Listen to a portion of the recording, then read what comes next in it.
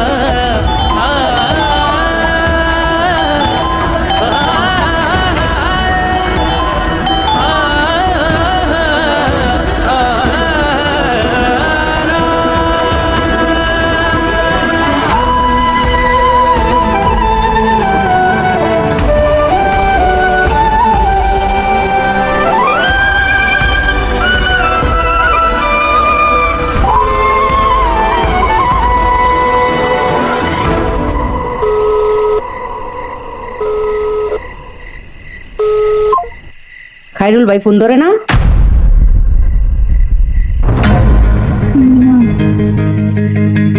অত রাইতে খাইরুল ভাইরে কি প্রয়োজন পড়লো? না নিশ রাইতে খাইরুল ভাইরে কি তা দরকার? এর কোনো আপদ বিপদ হইছে? আচ্ছা গাট্টি বুসকা গুসা ল দেখা যায় খাইরুল ভাইরে খুঁজি গা। ল ল ল ল না মা, খারে রসিস করে ল। সরি মা। কি সরি মা? নিশ রাইতে তোর খাইরুল ভাইরে প্রয়োজন পড়ছে, কারণটা কি তা? আচ্ছা তুই যে নিশিরাইতে খাইরুল রে ফোন দেস, খাইরুল ভাইও কি নিশিরাইতে তোর ফোন দেয়? তো আমার খায়রুল ভাই তো ফোন দেয়। খাইরুল ভাইয়ের ফোন নাই? তাহলে তুই কার নাম খাইরুল ভাই লিখে সেভ করছস? তোর লাইনটা কার লগে লাইন মারস? তার সাথে না, তাহলে এই খাইরুল ভাই কেডা? হোসেন ভাইয়ের নাম্বার। হুসেনের নাম্বার তোর খাইরুল ভাই লিখে রাখছস? তো হুসেন রেখে লিখা প্রয়োজন পড়ছে এই নিশিরাইতে? এই দেখো বুঝছি ব্যাপারটা। আচ্ছা ওর তো কিছু থাকতে, ওর তো মানুষ থাকতে বাড়ি কামের ফুলার কথা তোর মনে পড়ে, তাও আবার নিশিরাইতে? হ্যাঁ কারণটা কি তা?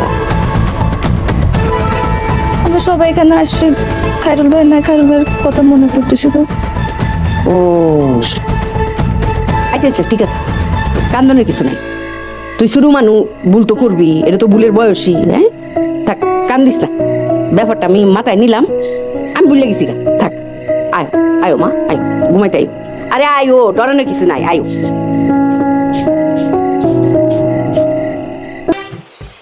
আল্লাহ এমন গরিবই বানাইলো, এই জুইতে তালি দিয়ে পড়তি গিটিস দেন ঢুকে যাবে। এর আগে একবার পুরাইছি। ভাই এইবার চিন্তা করছি কি ঢাকা যা 2 বাই 2 বুট কিনবো, দরকার একবেলা খালাম না।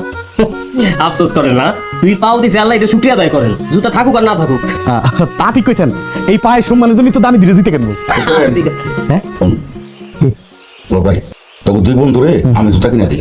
তুমি কোনে তা বাবা 1000 টাকা খেলো, 10,000 টাকা পাইলে 5,000 টাকা তবু 2 বন্ধু রে তুমি জুতা কিনতে আর 5,000 টাকা আমার। বেশি লোক করবে না, চলে আসবে তাড়াতাড়ি। হ্যাঁ সাকা যা। কেন ইনভেস্ট করবি? ও শিওর? হ্যাঁ শিওর না? হ্যাঁ। আরে হালিম দবানে। আচ্ছা মা, মা কি রে, কি হইছে আমার? এই জুয়েরি রান ধরো তো। ভাই কি কর? এই আরে মিয়া, তুমি পুরো কি কুকুর দেখি কাছে যাও না? কি কয় নাই আমা, আমি আসার পর মেহমানদের সামনে তা দেখে নাই চক্ষু লজ্জা নেই কাটে চশমা পরে দেহলি কয় 1000 দে 10,000 দেখবো 5000 তোকে 5000 আমার এক জবান বেশি লোভ করবো না সি হালিম মিয়া তোমার আর কোনো দিয়া কবে কইব এই সুয়া খেলতে গেলে তোমার বউরাও যায় না এই অবস্থা তুমি যাও তো যাও ঘরে যাও মিয়া ঘরে যাও আরে এইভাবে পড়ে থাকলে হইবো হ্যাঁ বুঝতে হইবো না হ্যাঁ শোন তোরা সারা জীবনে জুতা পায়ে দিতে পারবি না এই সিরা স্যান্ডেল পরে থাকুন লাগবো আর তুমি কি করবে বগর রিক্সার সামনে পারে দুনিয়া এসে খাওয়াবে অপেক্ষা থাকলাম হ্যাঁ দেখিস জীবনে জুতা পরবি না চিন্তা এখন এসব যাও ঘরে যাও যাও মিজাজটা গরম করে দেয় ভাই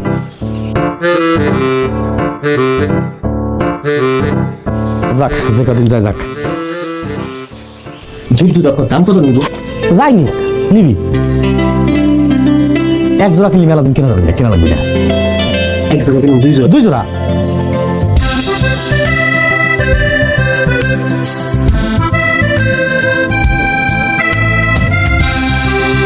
কেমন লাগলো দাম কেমন দেখলো আমাদের ঠিক মা আঙ্কেল আমি না আপনার সাথে একটা বিষয়ে কথা বলতে চাচ্ছিলাম বলো কি বিষয় যে ওই দিন আমার সাথে খায়রুল ভাই আচ্ছা মামুনি কোথায় গেছো ওই যে হাঁটতে গেছিলাম বাহ দাদুর সাথে হাঁটতে গেছো হ্যাঁ। কেমন লাগছে অনেক ভালো লাগছে কি যেন বলতেছিলাম মা হ্যাঁ না মানে কালকে সকাল থেকে আমি আপনার সাথে হাঁটতে যাবো যাবা ভালো কথা বেশ আমরা তো ছোটবেলা থেকে দেখতেছি যে আব্বা সকালবেলা হাঁটতে যায় আমাদের প্রত্যেকেরই হাঁটা উচিত তুমি যাবা কি খায়রুলের বিষয়ে কি যেন বলতেছিলা মানে খায়রুল ভাই তো প্রতিদিন আপনার সাথে হাঁটতে যেত না তো হ্যাঁ তো যাইতে ওই তোর আমার জন্য চালিয়ে ভাইজান আপু হ্যাঁ খেতে আসো আমি কি একাই খাবো আব্বা খাবো না সবাই তো তোমার মতো দেরি করে ওঠে না সবাই খাওয়া শেষ আসো তুমি যাও আমি চা খাবো তুমি থাকতে দাদুর সাথে যাও। আসতেছি এটা কেমন চাকু হ্যাঁ কোনো দাঁড় নাই আরে চাকু থাকবো দাঁড়ালো যেন গরু মহিষে চামড়া তুল্লা পালাম যায় এটা দিয়ে তো আলুর চামড়াই উঠে না বিয়াই আঙ্কেল আসছে আঙ্কেলের চাটা কারণ বিয়াই হ্যাঁ বন্ধু তুই এক কাপ চা বানাইতে পারস না বিয়াই আপনি সারাটা জীবন এই চুলার পরে জ্বলছুন তখন আমি আইছি আপনি থাকবেন রানী হইয়া যাক চা বানা আন্টি আমি বানাই দিচ্ছি চা আমি করতেছি দিকটা আপনি বিশ্রাম নেন দিয়া বিয়াই এই জীবন বিশ্রামের না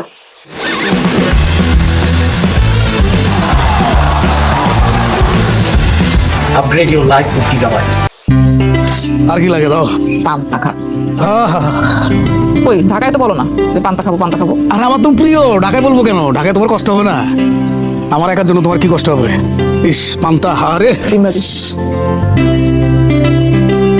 পান্তার সাথে ডিম কাঁচামরিচ পেঁয়াজ গরু মাংস দিব না এসব থাকলে আর গরু মাংস কোনো বেইলি নয় কি যে উফ কতদিন খাই না পান্তা পুরো জমে তুমি খাবো না আমি খাইছি ও আরে পান্তা খাবো শরীর ঠান্ডা হয়ে যাবো দারুন আস্তে আস্তে খাও কি তোমার হিংসা হয় মানে মনে হতেছে যে কোথায় জানি যাবা আরাম করে খাও আসে খুব ভালো লাগলো বিয়াই মাশাল্লাহ কইতেন না হ্যাঁ ওই যে দেখুন জুরা কবুতরের মতো বয়ে রয়েছে কি সুন্দর গুডুর গুডুর করে গপসপ করতেছে কোনো কাজ্জা ফেসাদ নাই এই দুইটারে শান্তিতে থাকতে দেখলে বুঝছেন আমার কলজাটা শান্তিতে বইয়া জায়গা আসল কথা কি জানেন বিয়াই আপনি পুলা শহীদ একটা মাটির মানুষ আমি দেখছি হাজার কিছু হোক হ্যাঁ মাটির দিকেই থাকে এখন আমার নিপার মতো যদি শহীদের মতো একটা পাত্র পাইতাম তাহলেই আমার শান্তি বুঝছুন মা কি বলে এগুলো কি বলি মানে তোর বিয়ে দেওয়া লাগতো না আমি বিয়ে করবো না মায়ের মানুষ তো আর বিয়ে করুন লাগতো না আসলে বিয়ে নিয়েছে কি জানুন এমন একটা পাত্র খুঁজি যে পাত্রের অগাধ ধন সম্পদ পয়সা তাউন লাগবো তা না পাত্র গরিব হোক কিন্তু পাত্র তাউন লাগবো লেখাপড়া পাত্র হইতে হবে সৎ চরিত্রবান আর আপনি ফুলাটার মতো মাটির মানুষ বুঝুন এই যে দেখুন আমার মহিলা লিগা শহীদ আনছি না তখন কি ধন সম্পদের দিকে চাইছি না আল্লাহ এমনি মিলাই দিছে না আর ধন সম্পদ কি বিয়াই না আমার কম আছে হ্যাঁ মানুষের তো এই সচেতনতাই দরকার সৎ মানুষ মইরা গেলেও মানুষের মনের মধ্যে বাচ্চা থাকে গো বিয়াইন সারা জীবন বাচ্চা থাকে আচ্ছা বিয়াইন আমি যে এটি করতেছি এটি কি ঠিক করতেছি ঠিকই তো করতেছে আপনি কি শিওর তাইলে আমি ঠিক করতেছি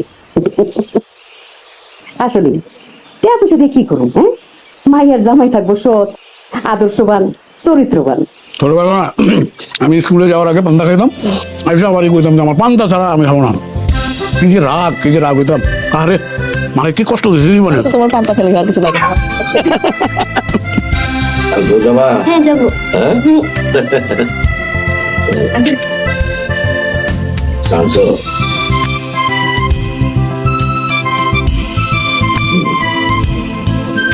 দীপা, তোমার সাথে কি খায়রুলের কোনো কথা টথা হয়?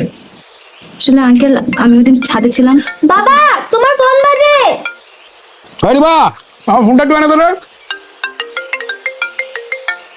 দাদা হ্যাঁ, কালকে বিকালবেলা আমরা বাজারে যাবো না, ওই মিষ্টিগুলো থাকে না ওগুলো কিনে দিবা? মিষ্টি খাবা? হ্যাঁ। আচ্ছা, পাও না। এখানে খুব ভালো রসমালাই পাওয়া যায়। ও রসমালাই পছন্দ করো? হ্যাঁ অনেক পছন্দ করি। আচ্ছা, তুমি যেখানে খাওয়া দাওয়া শুরু করছো না, মানে ইলিশ পোলাও, সকালবেলা পান্তা ভাত, মোটা কিন্তু হয়ে যাচ্ছ। আগে খাইতে দাও, ওটা হইলাম আর কি। তারপরে জিম করতে হবে, বললাম তো দিন শেষ। ওই কেটে ফোন দিচ্ছে? একমাতুল্লাহ।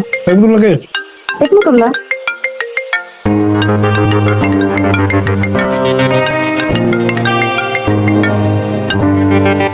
ধরো ফোনটা। অফিসে নতুন জয়েন করছে, বুঝে না এত ইম্পর্টেন্ট কেউ না। পাও ফোন দিছে। এ বলদি এদিকে আয়। ডিম নাও, ডিম শেষ করো। ফোনটা ধরো, বারে বারে ফোন করতেছে। ইম্পর্টেন্ট ফোন হতে পারে তো। ধরো। আবার ওই ফোন দিছে, ইম্পর্টেন্ট ফোন না। অফিসে নতুন জয়েন করছে তো, অফিসের বসের কাজ দেখায়, বসের বোঝায় যে আমি দেখেন বস আমি কি কাজ করি, কত কাজ করি, আপনার জন্য সব করি। মা আন্টিরে হেল্প কর। আন্টি দেন আমি কেটে দিচ্ছি।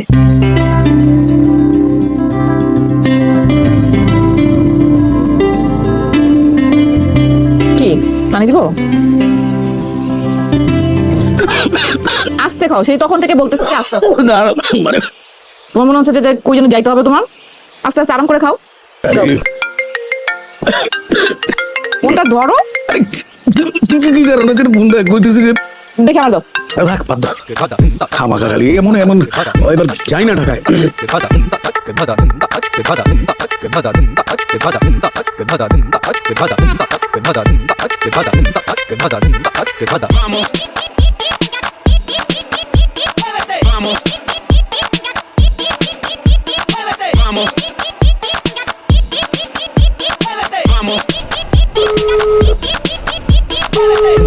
এই নাবিলা, তুমি বারবার আমাকে ফোন দিচ্ছ কেন?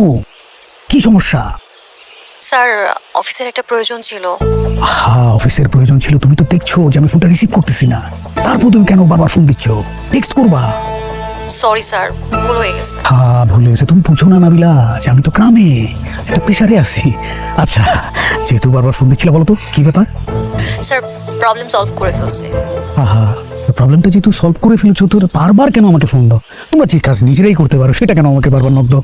হ্যাঁ নাবিলা, আমি তো তোমার উপরে ভরসা রাখি, আমি তো জানি। তোমাকে আমি বলেছি না যে আমার বর্তমানে তুমি হচ্ছে অফিসের বস, তোমার যেটা ভালো লাগবে তুমি সেটাই করবা, পরে আমাকে জানাবা যে স্যার আমি এই কাজটা করেছি। বুঝছো? তোমার প্রতি তো আমার আস্থা আছে, তাই না? জি স্যার। নাবিলা তুমি ফোন দিবা আমাকে অফিসের বাইরে, কাজ ছাড়া ফোন দিবা। তুমি কি খাইছো, আমি কি খাইছি, কি খাবো না খাবো এসব নিয়ে আলাপ হবে। তুমি কেন আমাকে কাজের প্রেশারটা দাও? তুমি আমাকে ফ্রি রাখবা। স্যার আপনি যে কি বলেন না। তোমার স্যার ঠিকই বলে, বুঝছো? ওকে নাবিলা, হ্যাঁ তাহলে পরে কথা বলবো, তুমি আমাকে আর ফোন দিও না, আমি টেক্সট করবো তোমাকে, ঠিক আছে? Okay sir. ওকে।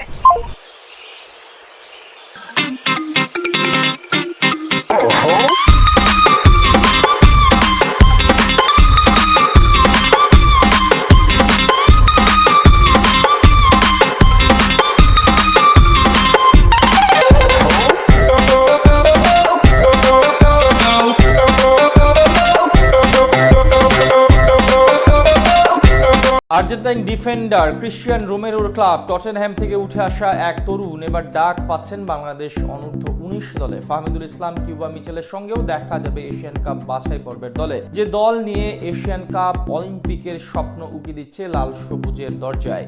কে এই ইংলিশ ক্লাব টটেনহ্যাম থেকে উঠে আসা তরুণ যে ডাক পেতে যাচ্ছে বাংলাদেশ অনূর্ধ্ব 23 দলে। বিস্তারিত রিপোর্ট।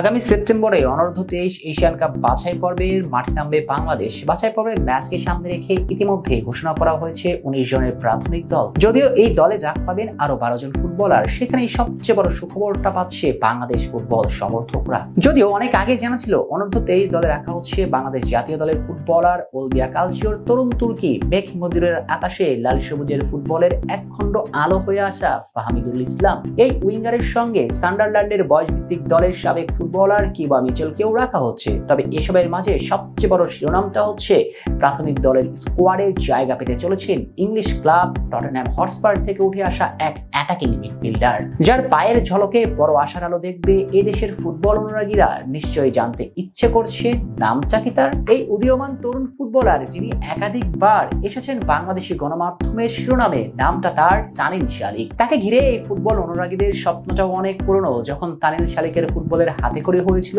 লন্ডনের ক্লাব টটেনহ্যাম হটস্পারে। হ্যাঁ, এমন খবরে মাথা চক্কর দিয়ে উঠলেও বাস্তবতা তাই। শালিকের ফুটবলের হাতে করে ইংলিশ এই বিখ্যাত ক্লাবের একাডেমিতে হটস্পারদের অনূর্ধ্ব 13 দলের স্কোয়াডেও ঠাঁই পেয়েছেন 2006 সালে জন্ম নেওয়া এই ফুটবলার। আর ছোট্টবেলায় তানিল শালিকের টটেনহ্যামে যোগ দেবার খবর শোনার পর থেকেই স্বপ্নের ফোয়ারা উড়াতে শুরু করে বাংলাদেশ ফুটবলের গড়ার খবর রাখা ভক্তরা। আশায় বুক বাঁধতে থাকে, গুনতে শুরু করে অপেক্ষার প্রহর, কাটতে থাকে বেলা। অবশেষে অপেক্ষার দিন ফুরাচ্ছে। সম্ভাব্য বাংলাদেশ অনূর্ধ্ব 23 দলের জার্সি গায়ে জড়িয়ে শুরু হতে চলেছে তানিল শালিকের পথ চলা। শালিক মূলত একজন উইঙ্গার হলেও আক্রমণ ভাগের সব পজিশনে খেলতে বেশ পটু। লেফট রাইট দুই উইংয়ে সমান তালে তো ঢুকেনি, সঙ্গে অ্যাটাকিং মিডেও খেলতে বেশ পারদর্শী। সর্বশেষ তিনি খেলেছেন ইংলিশ ক্লাব স্টিভেনজের অনূর্ধ্ব 18 দলে, সেখানেও নিজেকে প্রমাণ করেছেন তানিল। তাই এই ফুটবলারটা যে বাংলাদেশ ফুটবলের অনেক বড় প্রজেক্ট হতে চলেছেন সেটা নিয়ে কোনো সন্দেহ নেই। পুরো বাংলাদেশকে বিশ্বের বুকে জানান দিলেন হামজা চৌধুরী। পুরো দেশ এবং জাতির জন্য রচিত করলেন গর্বের মুহূর্ত। পুরো পৃথিবী বাংলাদেশকে চিনল আরও একবার নতুন করে, কেননা লেস্টার সিটির অধিনায়কের আর্মব্যান্ড বাহুতে জড়িয়ে মাঠে নামলেন বাংলার এই গর্বিত সন্তান। মাঠে নেমে ডিফেন্ডার হিসেবেও খেলে করলেন দুর্দান্ত এক অ্যাসিস্ট, সঙ্গে সতীর্থদের হাত জাগিয়ে দিলেন দিক নির্দেশনা। হামজা চৌধুরীর যে নেতা হিসেবে অনন্য, অনবদ্য রাখলেন তারই ছাপ। লেস্টার সিটির অধিনায়ক হিসেবে মাঠে নেমে হামজার দুর্দান্ত নৈপুণ্যের বিস্তারিত রিপোর্ট।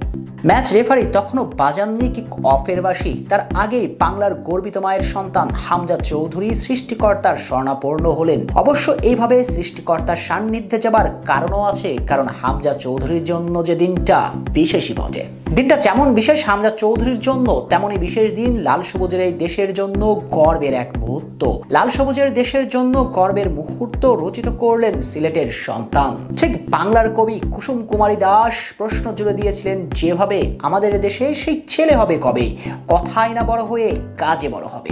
আর ঝাঁকড়া চুলে 27 বছর বয়সী এই ছেলেটাই সম্ভবত কুসুম কুমারী দাসের আক্ষেপের সুরে তোলা প্রশ্নের উত্তরে সেই ছেলে যে কথায় না বড় হয়ে কাজে বড় হয়েছে। বিশ্ব বুকে ফুটবল মাঠে লাল সবুজের পতাকাকে নতুন করে চিনিয়ে দিচ্ছে। কেননা প্রি সিজনের ফ্রেন্ডলি ম্যাচে লেস্টার সিটির অধিনায়কের আর্মব্যান্ড যে ছিল তার বাহুতে ভাবা যায়। বাংলার ছেলে, ফুটবলের জন্মভূমি ইংল্যান্ডের ক্লাব লেস্টার সিটির অধিনায়ক হিসেবে মাঠ নেমেছেন। আবার প্রতিপক্ষ ছিল যেন তেন কোনো ক্লাব নয়, ইতালির ক্লাব ফিওরেন্টিনা, যে ফিওরেন্টিনাতে খেলেছেন অনেক রথী ফুটবলাররাই। এমন ম্যাচে অধিনায়ক হামজা চৌধুরী যদিও এদিন লেস্টার ক্যাপ্টেন একাদশে শুরু করেছিলেন রাইট ব্যাক হিসেবে, যেখানে দুদণ্ড প্রতাপের সঙ্গে খেললেন ফুটবল, রাখলেন লাল সবুজের মান। বাংলাদেশের হয়ে খেলার খুব কাছাকাছি পর্যায়ে আছেন জায়ান হাকিম। সবকিছু ঠিক থাকলে হয়তো হংকং এর বিপক্ষে ম্যাচে লাল সবুজের জার্সি গায়ে দেখা যাবে এই ফরওয়ার্ডকে। এই বিষয়টাকে একপাশে রেখে বর্তমানে আমাদের আলোচনা করা উচিত জায়ান হাকিমের রিসেন্ট পারফরমেন্স নিয়ে। জায়ানের বর্তমান খেলা একটু লক্ষ্য করলে দেখবেন গোলের ওপর গোল করে যাচ্ছেন তিনি। একজন স্ট্রাইকারের মূল কাজই হলো গোল করা, সেই কাজে বর্তমানে যেন কোনো অনীহা নেই তার। ভাবতে অবাক লাগে যে এই স্ট্রাইকার আগামীতে খেলবে বাংলাদেশের জার্সিতে। বাংলাদেশের গোল খরা কাটাতে জায়ান হাকিম একদিন আসবেন এই দেশে। জায়ানের উচ্চতা 6 ফুট 2 ইঞ্চি, তার খেলায় আছে গতি ও স্কিল এবং গোলের ক্ষুধা। ইংল্যান্ডের অষ্টম টায়ারের ক্লাব অ্যানস্টি নোমাডাসের জার্সিকে গত মৌসুমে 55 ম্যাচে করেছেন 18টি গোল। ইংলিশ ফুটবলের পেশাদার ঘরানায় বেড়ে ওঠা এই লেফট ফুটের সেন্টার ফরওয়ার্ডকে নিয়ে বাংলাদেশের দর্শকদের আগ্রহের কোনো শেষ নেই। বাংলাদেশ জাতীয় ফুটবল দলে নাম্বার 9 পজিশনে বহুদিনের আক্ষেপটা জায়ান হাকিমের মাধ্যমে ঘুচবে বলে বলে মনে করছেন ফুটবল যোদ্ধারা। হামজা দেওয়ান চৌধুরী সুমিত সোমদের পাশ থেকে 26 বছর বয়সী জায়ান্ট প্রতিপক্ষে জাল কাঁপাবেন এমন স্বপ্ন দেখছেন ফুটবল প্রেমীরা। তাদের সেই স্বপ্ন পূরণে কাজ করে দিয়েছে Bangladesh football federation Bafufe. English প্রবাসী এই ফুটবলারকে লাল সবুজের জার্সি গায়ে জড়ানোর চেষ্টা চালিয়ে যাচ্ছে দেশের ফুটবলের সর্বোচ্চ নিয়ন্ত্রক সংস্থা। হামজা চৌধুরীর বন্ধু জায়ান ইতিমধ্যেই বাংলাদেশে খেলার আগ্রহ দেখিয়ে পাসপোর্ট করার জন্য আনুষঙ্গিক কাগজপত্র পাঠিয়েছেন বাফুফের কাছে। লেস্টারে জন্ম নেওয়া জায়ানের ক্যারিয়ারের শুরুটা ছিল আরো উজ্জ্বল। 2016 সালে ইংল্যান্ডের তৃতীয় টায়ারের ক্লাব ম্যানসফিল্ড টাউনের মধ্য দিয়ে পেশাদার ফুটবলে যাত্রা শুরু করে তিনি। 2016 সালে ইংল্যান্ডের তৃতীয় টায়ারের ক্লাব ম্যানসফিল্ড টাউনের মধ্য দিয়ে পেশাদার ফুটবলে যাত্রা হয় তার। উচ্চতা ও খেলার আক্রমণাত্মক উপস্থিতির কারণে ডিফেন্ডারদের ছাড়িয়ে সামনে এগিয়ে যেতে পারেন তিনি। আগামী 9 অক্টোবর সিঙ্গাপুরের বিপক্ষে এশিয়ান কাপ বাছাই পর্বের ম্যাচকে সামনে রেখে আলোচনায় চলে আসা জায়ানই হতে পারেন বাংলাদেশের পারফেক্ট নাম্বার 9। সুপ্রিয় ভিউয়ার্স, আপনাদের কাছে কি মনে হয় গোলের উপর গোল করে যাওয়া ফুটবলার জায়ান হাকিম কি বাংলাদেশের হয়ে খেলতে পারবেন? অবশ্যই সেই বিষয়ে আপনাদের মূল্যবান মতামত আমাদের কমেন্ট করে জানাতে ভুলবেন না। বাংলাদেশ ফুটবল কাপাতে এবার সুইডেন থেকে আসছেন মেসির মতো এক বাঘিনী ফুটবলার, যার ফুটবল দর্শন আপনাকে অবাক করবে নিঃসন্দেহে। যার খেলা দেখলে মনে হবে এ যেন চোখের শান্তি।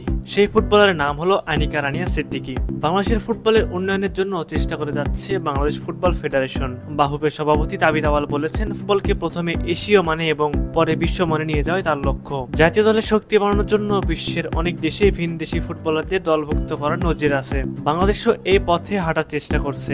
English footballer Hamza Choudhury, Canadian footballer Sumit Shome, Italian footballer Fahmidul ইসলামদের বাংলাদেশে নাগরিকত্ব দিয়ে ইতিমধ্যে জাতীয় দলে অন্তর্ভুক্ত করা হয়েছে। এছাড়া বিদেশে অবস্থানরত বাংলাদেশি ফুটবলারদের জাতীয় দলে খেলানো হয়েছে। এদের মধ্যে ডেনমার্ক প্রবাসী জামাল ভুঁইয়া এবং ফিনল্যান্ড প্রবাসী তারিক কাজী অন্যতম। জাতীয় নারী ফুটবল দলের শক্তি বাড়াতে সচেষ্ট বাফুফে। এবার বাফুফের নজর পড়েছে একজন সুইডিশ নারী ফুটবলের ওপর। তিনি হলেন আনিকা রানিয়া সিদ্দিকী, যিনি সুইডেন প্রবাসী বাংলাদেশি। 2026 সালের এশিয়ান কাপের দলে তাকে অন্তর্ভুক্ত করা যায় কিনা তা নিয়ে কাজ শুরু করে দিয়েছে বাফুফে। এই আসরকে ফোকাস করে বাংলার বাহিনীদের দলে শক্তিমত্তা বাড়াতে আনিকা সিদ্দিকীকে দলে নেবে বাফুফে। সেই লক্ষ্যে অনেক দূর এগিয়ে গেছে দেশীয় ফুটবলের সর্বোচ্চ সংস্থা বাফুফে। তার সম্পর্কে বাংলাদেশ ফুটবল ফেডারেশনের নারী উইং এর চেয়ারপারসন মাহফুজ আক্তার কিরণ বলেন, আনিকার খেলার ভিডিও আমরা দেখেছি, মনে হয়েছে টেকনিক্যালি সে ভালো ফুটবলার। যেহেতু সে সুইডেনের বড় ক্লাবে খেলছে, সে কারণে তার যোগ্যতা নিয়ে প্রশ্ন থাকার কথা নয়। আমরা তাকে এশিয়ান কাপের দলে সরাসরি সুযোগ করে দিতে চাই। আনিকার জন্ম সুইডেনে, সেখানেই বড় হয়েছেন তিনি। সুইডেনের অন্যতম শীর্ষ ক্লাবে খেলছেন তিনি। স্বীয় নৈপুণ্য প্রজ্বলিত হয়ে ইতিমধ্যে আলোচনায় চলে এসেছেন তিনি। ইচ্ছা করলে সুইডেনের হয়ে খেলতে পারেন আনিকা, সে যোগ্যতা তার রয়েছে। কিন্তু নিজের মাতৃভূমিকে অনুভব করেন এই সুদর্শনা ফুটবলার। তাই তো বাংলাদেশের জার্সিতে খেলার আকুলতা রয়েছে তার এই আকুলতার কথা পৌঁছে গেছে বাফুফের কাছে। তার খেলার ভিডিও পর্যবেক্ষণ করে আনিকাকে পছন্দ করে ফেলেছে বাফুফে। ফলে অচিরেই যে লাল সবুজের জার্সিতে অভিষিক্ত হতে যাচ্ছেন তাতে সন্দেহের কোনো অবকাশ নেই। কাজেই বাংলাদেশ ফুটবল দলে জামাল তারিকদের মতো আনিকা হতে যাচ্ছেন প্রবাসী বাংলাদেশি বংশোদ্ভূত ফুটবলার। সুপ্রিয় দর্শক, আপনাদের কাছে কি মনে হয় ফিউচার বাংলাদেশ টিমে কি আনিকা রানিয়া সিদ্দিকীকে পাওয়া যাবে? অবশ্যই সেই বিষয়ে আপনাদের মূল্যবান মতামত আমাদের কমেন্ট করে জানাবেন। ফ্রান্স যদি 17 জন অভিবাসী ফুটবলারকে নিয়ে বিশ্বজয়ী করতে পারে, তাহলে কেন বাংলাদেশি প্রবাসী তারকাদেরকে নিয়ে শক্তিশালী দল গঠন করে বিশ্বকাপ খেলতে পারবে না? সত্যি এত প্রবাসী তারকা ফুটবলার পুরো পৃথিবীতে ছড়িয়ে আছে, তাদেরকে যদি এক কাতারে আনা যায়, সঙ্গে দেশি ফুটবলারদের সমন্বয়ে একটা দল গঠন করা হয়, তাহলে স্বপ্নের বিশ্বকাপে পা রাখা অসম্ভব কিছু নয়। শুধুই সঠিক পরিকল্পনা এনে দিতে পারে কাঙ্ক্ষিত সেই সাফল্য। বাংলাদেশি প্রবাসী ও দেশীয় তারকাদের নিয়ে সেই দল কেমন হতে পারে? সত্যি কি এমন দল গঠন করে বিশ্বকাপ খেলতে পারবে বাংলাদেশ? এসব প্রশ্নের উত্তর থাকছে রিপোর্টে। 2018 বিশ্বকাপ জয় করেছে ফ্রান্স। কিলিয়ান এমবাপ্পের রূপকথার সেই জার্নিটা সবাই জানেন, কিন্তু আপনি কি জানেন ফ্রান্সের সেই বিশ্বজয়ী স্কোয়াডের 23 জন ফুটবলারের মাঝে 17 জনই ছিলেন অভিবাসী, যার মাঝে শুধু আফ্রিকার ছিল 10 জন বংশোদ্ভূত ফুটবলার। তাহলে প্রশ্ন, মিশেল প্লাতিনি, জিনেদিন জিদানের দেশের যেখানে দ্বিতীয় বিশ্বকাপ জয়ের পিছনে সবচেয়ে বড় ভূমিকা রেখেছিল বংশোদ্ভূত ফুটবলাররা, তাহলে বাংলাদেশ জাতীয় দলে প্রবাসী ফুটবলারদের সমন্বয়ে গঠন করে বিশ্বমঞ্চের নাম লেখালে সমস্যাটা কোথায়? জানুন তো, ইংল্যান্ড, অস্ট্রেলিয়া, জাপান, নেদারল্যান্ডসের মতো দেশগুলোতে এত হাই প্রোফাইল বাংলাদেশি বংশোদ্ভূত ফুটবলার আছে, যাদের নিয়ে একটা দল গঠন করলে বিশ্বমঞ্চে খেলার স্বপ্ন সত্যি হওয়া অসম্ভব কিছু নয়। এই যেমন সাম্প্রতিককালে EFL চ্যাম্পিয়নশিপের ক্লাব বার্মিংহাম সিটির সঙ্গে চুক্তি করা ইসুফ মিয়ার কথাই ধরুন না। এই অ্যাটাকিং মিডফিল্ডারের সঙ্গে বড় চুক্তি চুক্তি করে ফেলেছে ক্লাবটি। 18 বছর বয়সী এই তারকাকে ঘিরে বড় স্বপ্নই দেখছে বার্মিংহাম সিটি। ইউসুফের পায়ের জাদুতে ইংলিশ প্রিমিয়ার লিগে যাবে এই ক্লাব, এমন স্বপ্নই দেখে বার্মিংহাম সমর্থকরা। তাহলে সিলেটের এই সন্তানকে নিয়ে লাল সবুজের দেশের বড় স্বপ্ন দেখতে দোষ কোথায়? ইউসুফ মিয়া নিজেও খেলতে চেয়েছেন বাংলাদেশের হয়ে, কিন্তু বাপ্পের তরফ থেকে কোনো সবুজ সংকেত আদৌ তার কাছে গিয়েছে কিনা সে প্রশ্নের উত্তর কারোরই জানা নাই। এরপর চোখ রাখুন না ফারহান আলী ওয়াহিদ এই তরুণ ফুটবলারের দিকে। এই ফরওয়ার্ডের সঙ্গে চুক্তি করেছে ইংলিশ প্রিমিয়ার লিগের ক্লাব ফুলহ্যাম এফসি। এই ভার্সেটাইল ফুটবলারের গল্প একেবারে আমাদের ফুটবলের নবাব হামজা চৌধুরীর মতো, কিন্তু তাকে নিয়েও কোনো পরিকল্পনা সাজাচ্ছে কিনা বাপ্পে তাও আদৌ জানা নাই। এরপরে অস্ট্রেলিয়ার টপ টিয়ার এ লিগ এশিয়ার মধ্যে অন্যতম, আর সে লিগের এক ক্লাবের অনূর্ধ্ব 23 দলে খেলছেন আরহাম ইসলাম। মূল দলে খেলার সময়ের ব্যাপার মাত্র।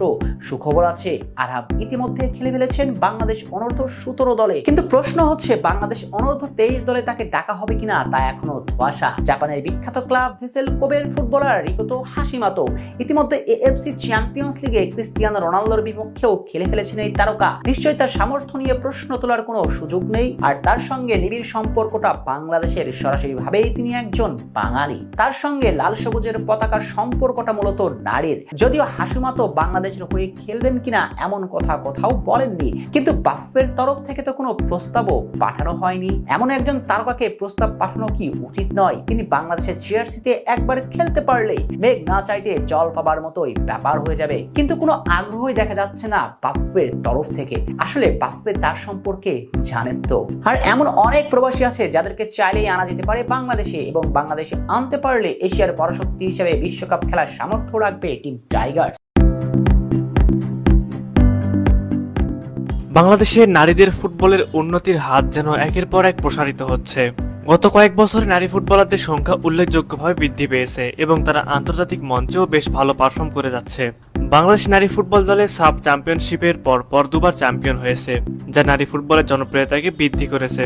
তবে বাংলাদেশের সবচেয়ে বড় সাফল্য হলো প্রথমবারের মতো এশিয়ান কাপ খেলা যোগ্যতা অর্জন করা। এশিয়ান কাপের কোয়ালিফাইং এই ম্যাচগুলোতে দারুণ পারফরমেন্স করেছেন ঋতুপর্ণা চাকমা, যার ফলস্বরূপ তিনি ডাক পেয়েছিলেন ভুটানের লিগে। তবে এবার তার চেয়েও বড় লিগে খেলার সুযোগ ঋতুর সামনে। সম্প্রতি অস্ট্রেলিয়ান লিগে খেলার প্রস্তাব পেয়েছেন বাংলাদেশি বংশোদ্ভূত নারী ফুটবল টিমের সেরা খেলোয়াড় ঋতুপর্ণা চাকমা। এমনটাই জানিয়েছেন বাহুপের সহসভাপতি। সবকিছু ঠিক থাকলে আগামী কয়েক মাসের মধ্যে অস্ট্রেলিয়া উড়াল দিবে বাংলাদেশের নারী ফুটবলের প্রাণ ভমরা ঋতু। আগামী বছরের অস্ট্রেলিয়ায় অনুষ্ঠিত হবে এশিয়ান কাপ। তার আগে ঋতুপর্ণার কাছে এমন সুযোগ সত্যি দারুণ। ঋতুপর্ণা চাকমাকে বলা হয় বাংলার মেসি। চলুন একটু পিছনে ফেরা যাক। ফিফা র্যাঙ্কিং এ বাংলাদেশের চেয়ে 73 ধাপ এগিয়ে থাকা মায়ানমার, কিন্তু তারপরও দলটিকে হারিয়ে এশিয়ান কাপ নিশ্চিত করেছে বাংলাদেশের মেয়েরা।